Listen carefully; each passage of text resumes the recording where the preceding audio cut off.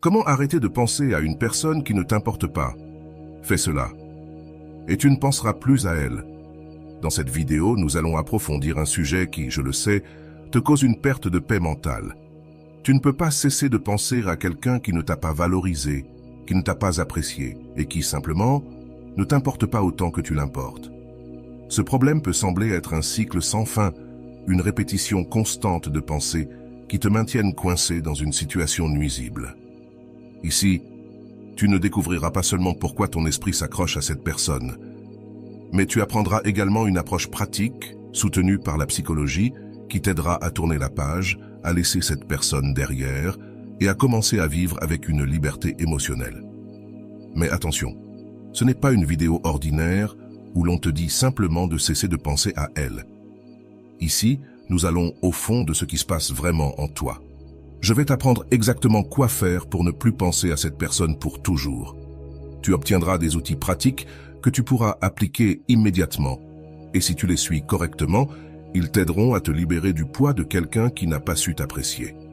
La promesse que tu obtiendras après avoir regardé cette vidéo, à la fin, tu auras appris à libérer ton esprit de ces pensées qui te tourmentent, celles qui te font te demander pourquoi cette personne ne t'a pas valorisé, ce que tu as fait de mal, ou si un jour elle te recherchera à nouveau. Je te promets non seulement que tu cesseras de penser à cette personne, mais aussi que tu retrouveras le contrôle sur ton esprit et tes émotions. Tu te sentiras plus fort, plus libre et prêt à ouvrir un nouveau chapitre de ta vie où tu ne seras plus enchaîné au passé. Alors, comment allons-nous y parvenir? Nous allons suivre une approche étape par étape. Nous commencerons par comprendre pourquoi tu continues à penser à cette personne. Nous explorerons comment fonctionnent tes émotions et ton esprit dans ces situations. Enfin, nous verrons quoi faire pour mettre un terme à ce cycle de pensée.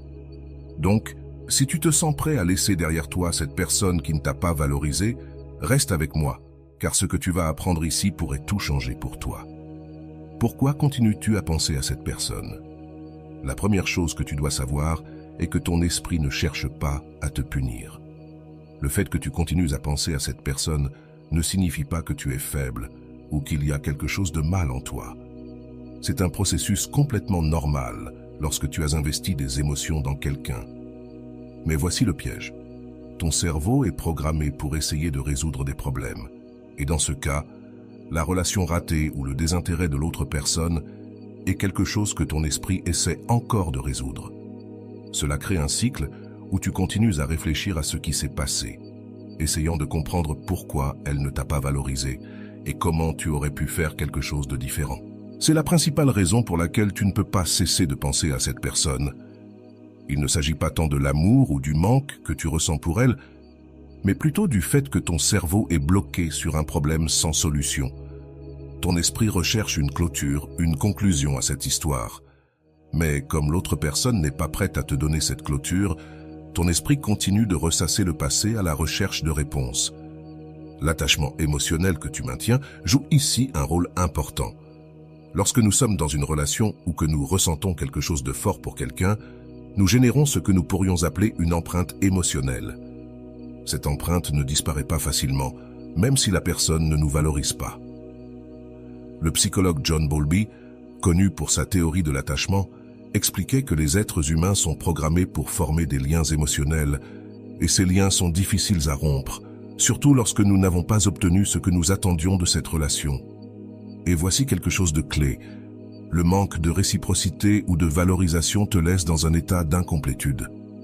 Lorsque tu ne reçois pas ce que tu attendais ou méritais dans cette relation, tu restes avec une sensation de vide, et ton esprit reste connecté à cette personne, essayant de combler ce vide. C'est l'une des principales raisons pour lesquelles tu ne peux pas lâcher prise. Il ne s'agit pas tant de l'amour que tu avais, mais plutôt de l'absence de clôture et de réciprocité émotionnelle. Le phénomène psychologique que tu dois connaître est appelé l'effet Zeigarnik. C'est une tendance de notre esprit à se souvenir plus intensément des tâches ou situations qui sont restées inachevées. Si tu y réfléchis, cette relation qui n'a pas fonctionné et où tu n'as pas été valorisé est une situation inachevée pour toi. C'est comme si ton esprit repassait constamment cette tâche sans fin, en essayant de trouver une solution. C'est pourquoi, même si tu sais que cette personne ne t'apprécie pas, tu continues à penser à elle. Ton cerveau continue à chercher à résoudre ce mystère, et tant que tu ne trouveras pas une clôture émotionnelle, qu'elle vienne de toi ou d'une action que tu entreprends, tu resteras piégé dans ce cycle. Mais voici ce qui est similaire. Tu as le contrôle de donner cette clôture. Tu n'as pas besoin que l'autre personne t'apprécie ou te donne les réponses que tu cherches. Tu peux créer ta propre clôture émotionnelle. Et c'est exactement ce que nous allons voir dans cette vidéo. Nous avons déjà parlé de pourquoi tu continues à penser à cette personne. Ton esprit est piégé dans un cycle de résolution de problèmes et ton attachement émotionnel reste vivant, en partie parce que tu n'as pas obtenu cette clôture dont tu as tant besoin. Mais maintenant, il est temps de parler de l'essentiel. Comment briser ce cycle et libérer ton esprit une bonne fois pour toutes? La première chose que tu dois comprendre, c'est que les pensées ne disparaissent pas toutes seules. Ce n'est pas suffisant de désirer cesser de penser à quelqu'un. Si c'était si facile, tu l'aurais déjà fait.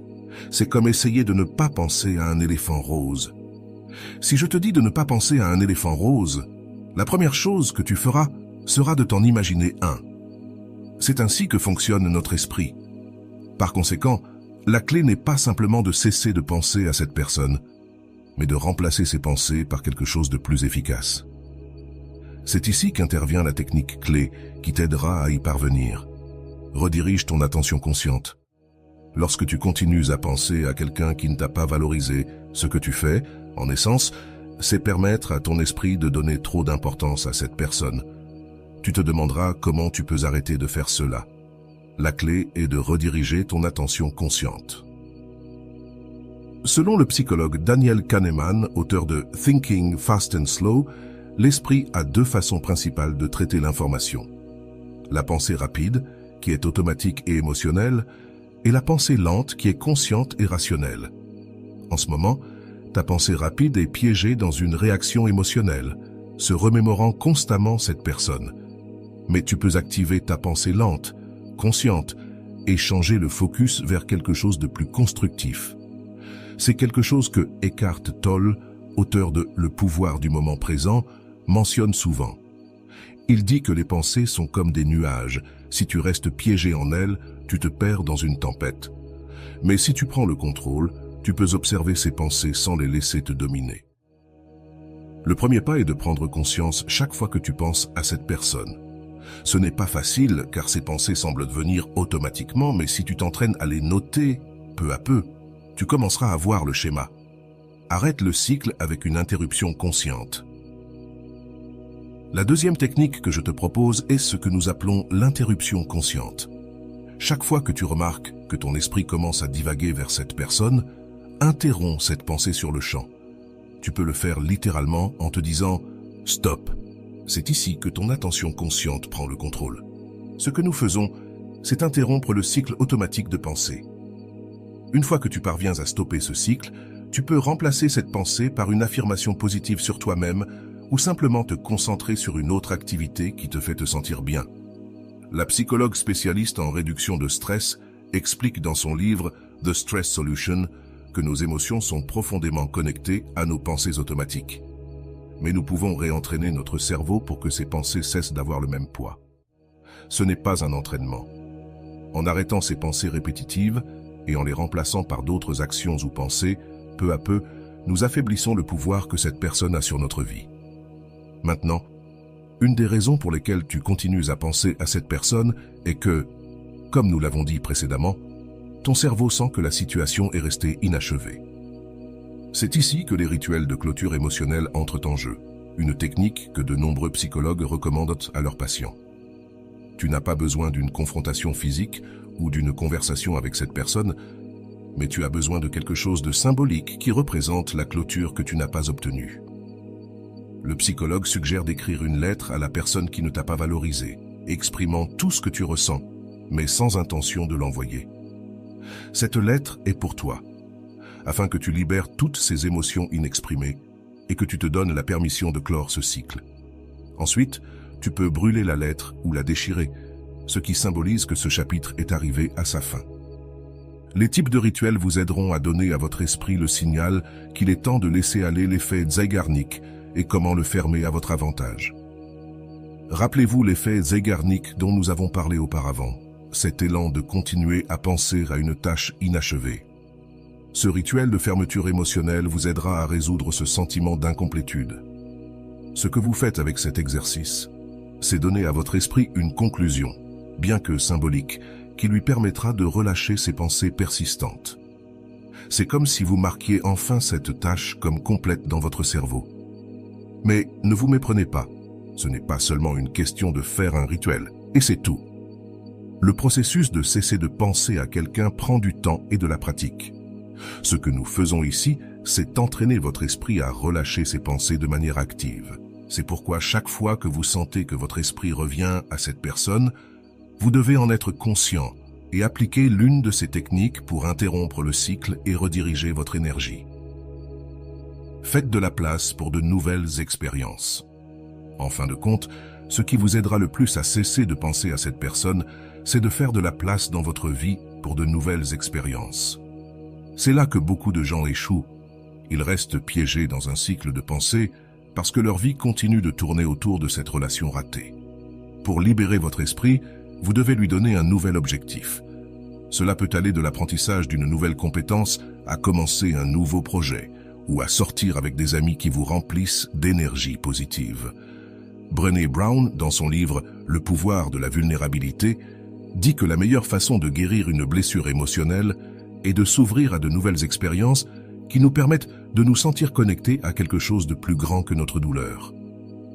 Alors, n'ayez pas peur de rechercher de nouvelles aventures, activités ou personnes qui vous aident à rediriger votre attention vers quelque chose qui vous nourrit émotionnellement. Jusqu'à présent, nous avons parlé des raisons psychologiques pour lesquelles vous continuez à penser à cette personne qui ne vous a pas valorisé. Et nous avons exploré quelques techniques pratiques pour briser ce cycle. Mais je veux que vous le voyiez en action pour que vous puissiez comprendre comment ces stratégies fonctionnent réellement dans la vie réelle. Ainsi, je vais maintenant vous raconter l'histoire de Laura, quelqu'un qui a appliqué ces techniques et a réussi à se libérer du poids d'un amour non partagé. L'histoire de Laura, quand l'amour n'est pas réciproque. Laura était une femme de 32 ans avec une carrière stable et une vie sociale active. Cependant, dans sa vie amoureuse, les choses n'allaient pas si bien. Elle avait passé les 2 dernières années dans une relation avec Martin, un homme qui, à première vue, semblait parfait. Il était charismatique, amusant, et au début, la relation était tout ce dont Laura avait rêvé. Mais avec le temps, les choses ont changé. Martin a commencé à s'éloigner, de plus en plus occupé par son travail et ses propres intérêts. Les conversations profondes sont devenues moins fréquentes, les sorties en couple ont commencé à se raréfier, et quand ils étaient ensemble, Laura sentait qu'il ne la regardait plus avec les mêmes yeux. Bien que Martin n'ait jamais été cruel ni direct, Laura pouvait sentir comment l'intérêt s'évanouissait. Elle savait au plus profond de son être qu'elle n'était plus sa priorité. La douleur de se sentir invisible dans une relation a envahi Laura. Elle se sentait piégée dans un cycle de pensée, se demandant constamment ce qu'elle avait mal fait, pourquoi Martin avait cessé de s'intéresser à elle, ce qu'elle pouvait faire pour attirer à nouveau son attention. Pendant des mois, elle a continué à chercher des signes que les choses pourraient redevenir comme avant, mais ces signes n'ont jamais été au rendez-vous. Un jour, après une dispute où Martin a admis qu'il avait besoin d'espace, Laura a décidé qu'elle ne pouvait plus continuer ainsi. Elle l'aimait, oui, mais elle réalisait que cet amour n'était pas réciproque de la manière qu'elle méritait. Cependant, malgré sa décision de mettre fin à la relation, Laura ne pouvait s'empêcher de penser à lui. Chaque nuit, elle se retrouvait à revivre des conversations, cherchant dans son esprit les moments où tout avait commencé à mal tourner. C'est à ce moment-là que Laura a compris que quelque chose devait changer. Elle avait entendu une amie parler des techniques de redirection de l'attention consciente et de rituels de fermeture émotionnelle. Elle a donc décidé d'essayer. La première étape, interrompre le cycle des pensées. Laura a commencé à appliquer la technique d'interruption consciente chaque fois que Martin apparaissait dans son esprit. Au début, ce n'était pas facile. Son cerveau était habitué à divaguer vers les souvenirs de sa relation avec Martin. Mais chaque fois qu'elle sentait ses pensées émerger, elle se disait à elle-même « Stop !» Parfois, elle le disait même à voix haute. Un simple acte d'interrompre le cycle de pensée lui a donné un premier répit. Les premiers jours ont été un défi. Laura s'est rendue compte à quel point elle pensait souvent à Martin, même dans les moments les plus inattendus, comme en cuisinant ou en marchant dans la rue. Mais avec le temps, en interrompant ces pensées de manière consciente, elles ont commencé à perdre de leur force. C'était comme si son esprit commençait à s'habituer à ne plus penser à lui. Automatiquement, le rituel de clôture émotionnelle s'est installé. Après quelques semaines de pratique de l'interruption des pensées, Laura a décidé qu'il était temps de passer à l'étape suivante, un rituel de clôture émotionnelle. Elle s'est assise à son bureau avec une feuille de papier et un stylo et a commencé à écrire une lettre à Martin. Dans cette lettre, elle ne s'est pas retenue. Elle a écrit tout ce qu'elle avait ressenti, toute la douleur qu'elle avait gardée en silence, mais aussi ce qu'elle avait appris de la relation. En finissant la lettre, Laura a ressenti un mélange de soulagement et de tristesse. Elle ne comptait pas envoyer cette lettre, elle le savait, mais elle avait réussi à exprimer tout ce qui la tourmentait. Cette nuit-là, elle a allumé une bougie sur son balcon et a brûlé la lettre. Alors que les flammes consumèrent le papier, elle a senti qu'une partie de cette douleur se dissipait aussi. Remplir le vide avec de nouvelles expériences a été une étape suivante importante. Après avoir effectué le rituel, Laura a pris une autre décision, remplir l'espace que Martine avait laissé avec de nouvelles expériences. Elle a commencé à s'inscrire à des cours de poterie, quelque chose qu'elle avait toujours voulu faire mais qu'elle avait reporté pendant la relation. Elle a également commencé à sortir plus avec des amis, et peu à peu, sa vie a commencé à se remplir de nouvelles connexions et d'activités qui lui apportaient de la joie. Chaque fois que son esprit revenait à Martin, Laura appliquait les techniques qu'elle avait apprises. Elle interrompait les pensées, se rappelait le rituel de clôture qu'elle avait fait et redirigeait son attention vers les choses qui comptaient vraiment dans sa vie. Le processus était lent, mais constant. Jour après jour, les pensées sur Martine sont devenues moins fréquentes, jusqu'à ce qu'un jour, elles ne prennent simplement plus la même place dans son esprit. Ce que Laura a appris de tout cela, c'est qu'il ne s'agissait pas seulement d'arrêter de penser à Martin, mais de reprendre le contrôle de sa propre vie. En cessant de centrer son attention sur quelqu'un qui ne la valorisait pas, elle a découvert de nouvelles passions, de nouvelles amitiés et une nouvelle version d'elle-même qu'elle n'avait pas vue depuis longtemps.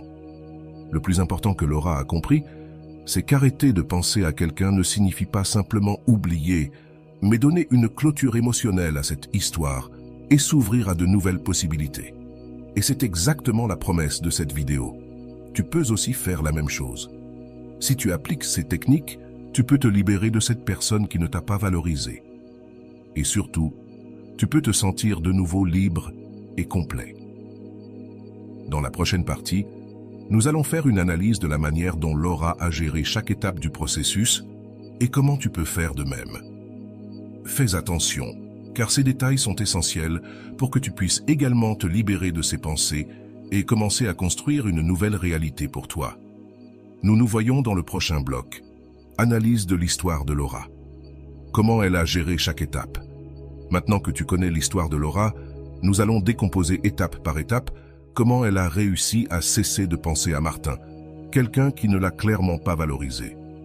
Cette analyse t'aidera à mieux comprendre comment tu peux appliquer ces mêmes techniques dans ta vie pour obtenir des résultats similaires. Étape 1. Reconnaître que la situation ne changera pas. La première chose que Laura a faite, et qui est cruciale pour toi aussi, a été de reconnaître que la situation avec Martin ne changerait pas. Accepter que quelqu'un ne te valorise pas est douloureux, mais c'est le premier pas pour commencer à se libérer. Tant que tu gardes l'espoir que cette personne te verra différemment ou qu'elle recommencera à t'apprécier, tu resteras piégé dans un cycle interminable de pensées.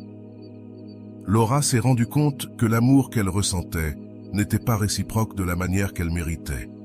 Et même si cela a été un coup émotionnel, cette acceptation lui a permis de commencer le processus de guérison. Étape 2. Interrompre le cycle de pensée. C'est l'une des étapes les plus importantes dans le processus de Laura, et cela le sera probablement aussi pour toi. Chaque fois que son esprit revenait à penser à Martine, Laura utilisait la technique de l'interruption consciente. Se dire cela peut sembler simple, mais ça fonctionne parce que cela interrompt le flux automatique de pensées négatives. En les arrêtant net, elle a donné à son esprit une pause et le temps de rediriger ses pensées vers autre chose. Cette étape est particulièrement importante, car de nombreuses pensées que nous avons sur quelqu'un qui ne nous valorise pas sont automatiques. Nous ne les choisissons pas consciemment, mais nous restons piégés. Les répétant, la clé ici est d'avoir ces pensées dès qu'elles surgissent, sans les juger. Il s'agit simplement de reconnaître qu'elles sont là et de prendre le contrôle sur elles. Étape 3. Réaliser un rituel de clôture émotionnelle. Une des choses qui a maintenu Laura piégée a été l'effet Sear-Nick, cette tendance de l'esprit à rester accroché à des tâches ou des situations non résolues. Le rituel d'écrire une lettre à Martin, d'exprimer tout ce qu'elle ressentait et ensuite de la brûler, a été fondamental pour donner à son cerveau la clôture émotionnelle qu'il n'avait pas obtenue de la relation. Ce type de rituel symbolique est puissant, car il te permet de libérer des émotions non exprimées et, en même temps, d'envoyer un signal clair à ton esprit que le cycle est terminé. Si tu ne l'as pas essayé, je t'encourage à le faire.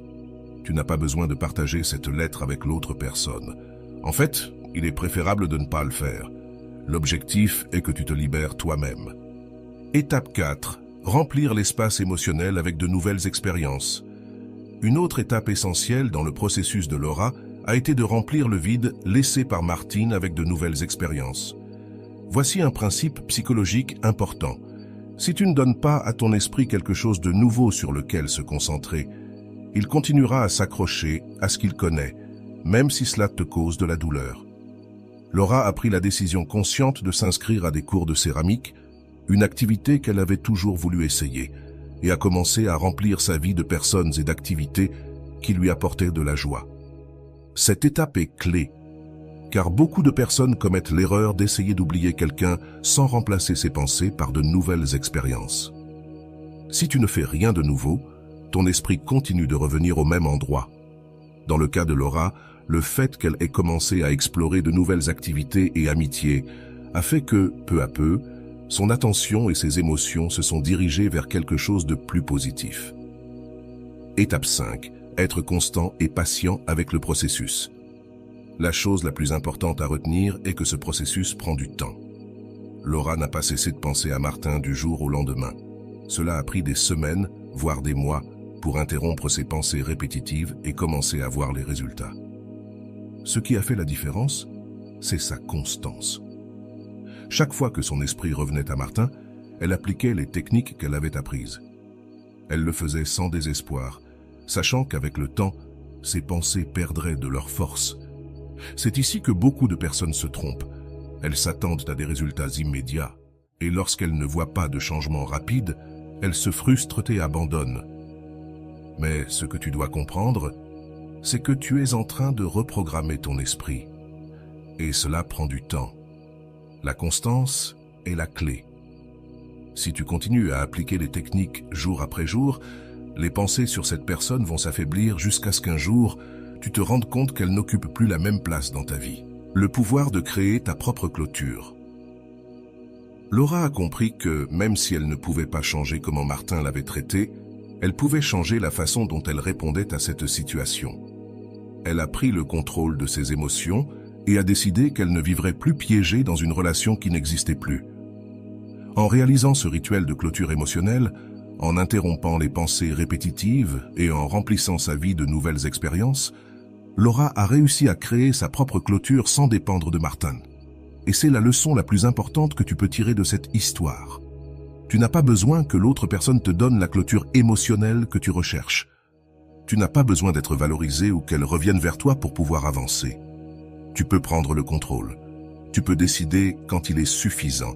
Et, quand tu le feras, tu commenceras à te sentir plus libre, plus en paix et prêt à t'ouvrir à de nouvelles opportunités. Maintenant, c'est à ton tour. As-tu traversé une situation similaire à celle de Laura? Est-ce que tu trouves difficile de ne plus penser à quelqu'un qui ne t'a pas valorisé? J'aimerais que tu partages ton expérience dans les commentaires. Dis-moi quelle technique tu as essayé ou quelles questions tu as, et je serai heureux de t'aider. Souviens-toi, c'est un processus, et chaque petit pas que tu fais te rapproche davantage de la liberté émotionnelle. Partage ton histoire, réfléchis à ton expérience, et n'hésite pas à demander si tu as besoin d'orientation.